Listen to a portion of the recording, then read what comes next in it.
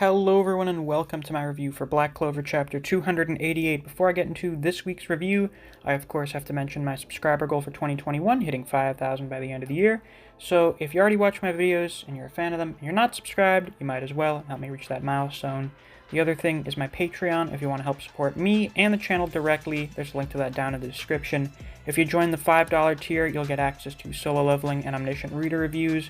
But regardless of whichever tier you join, you'll get a shout out at the end of videos, so if you're interested in that, you should definitely go check it out.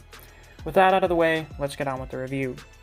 This week's chapter may not actually be short, but it feels kind of short. It goes by really fast. Basically, Asta shows up, Nacht does some reminiscing about his brother, then Asta fights the two devils for a few pages, and then the chapter ends. That's the whole thing. Now, we did get a few nice moments here, like with Nacht, thinking of how similar Asta is to Morgan, Asta telling him that he's not allowed to die until he can see how strong Asta has become because of Nacht's training. But I'd say the most interesting part of this chapter is more insight into Asta's devil fusion form. First of all, I forgot to mention this last chapter, but this new devil form of his looks way better now than it did when it was originally introduced. Like, even, I know when the initial scans came out for that chapter and they're in really rough quality, it's kind of like, and even when it was in, like, high quality, it was kind of like, something about the proportions look off. I don't know what it is. But it looks like those issues have been fixed here, because Asta seems to have gone back to being the kind of short-limbed guy that he is. I think what it was is just like his head was the same size, but his body became smaller. It was weird, but now he looks fine, and I'd go so far as to say he looks really good now in this form, so that's pretty good. The other thing is that it seems like the 5-leaf clover on his chest actually indicates how many minutes have passed since he entered into his Devil Union form.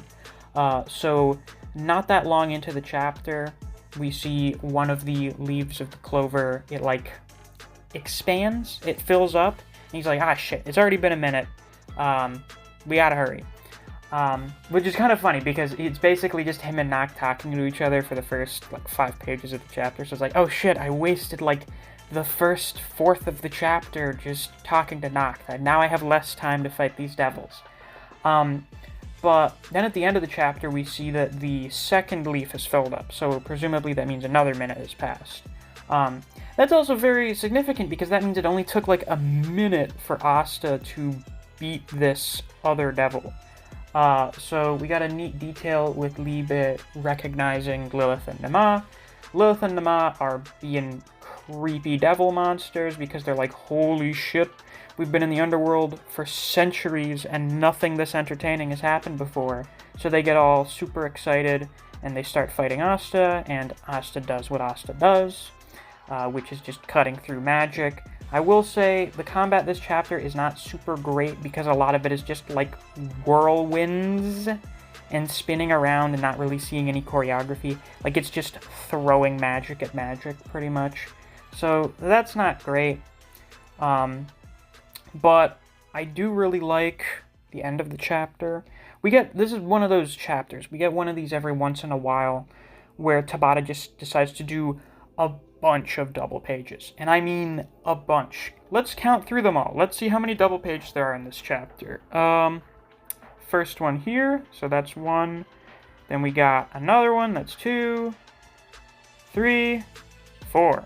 So that's like 8 pages out of the chapter. Not bad. Not as crazy as the chapter where we got to see the Devil Union form for the first time. That was like 6 double pages. But, you know, it's one of those chapters where Tabata just kind of wants to show off some stuff. And this, like the last page of the chapter, is a true double page spread. It's a single panel over 2 pages of Asta cutting, I think this one's Nema, in half vertically, which seems to be like his, or not vertically, horizontally. That seems to be his new move. That's his new thing, is cutting people through the chest, horizontal, not fucking, horizontal, vertical, diagonal. diagonally. I can't believe...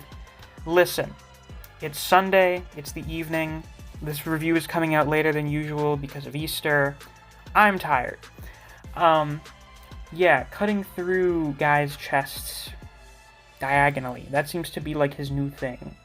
I'm not complaining about it. This is pretty fucking awesome. But we get something really interesting here. His Demon Destroyer sword just gets rid of Lilith and Nama's magic. Like, he just lifts it up in the air and their magic disappears. So, I was wondering, with last week's chapter, when we had, like, these orbs floating around Asta, I'm like, does he have, like, an anti-magic field around him? Does he just not get hit by magic anymore? And that doesn't seem to necessarily be the case, but it does seem like with Demon Destroyer, he can just generate anti-magic fields now.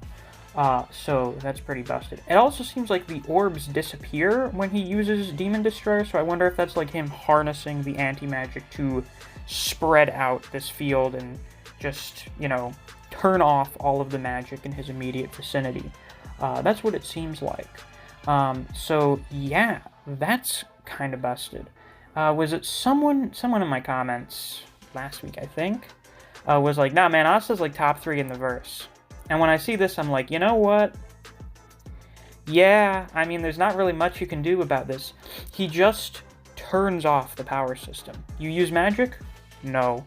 That's that easy. It's like, you have powers? No, you don't.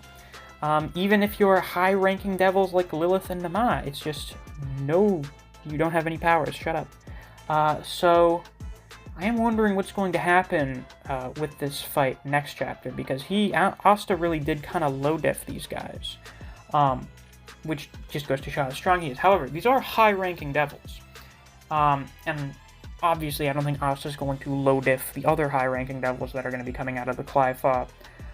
So we've been sort of thinking, ever since Lilith and Nama showed up, is that, first off, they've both got a big, you know, the iconic Tabata black ink devil form arm on opposing sides.